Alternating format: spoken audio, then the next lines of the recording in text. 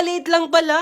Akala ko malaki. Karamihan sa nakakain ninyo ay yung receptacle ng bulaklak, hindi yung mismong fruit. Ano ba yung receptacle? Yung dulo ng tangkay ng bulaklak na kung saan naka-attach yung flower parts at ang receptacle na to ang ating nakakain sa strawberry. Eh, nasaan yung prutas, no? Di ba nila alam, prutas na may maliit lang, na ako'y sa'yo at ika'y akin lamang.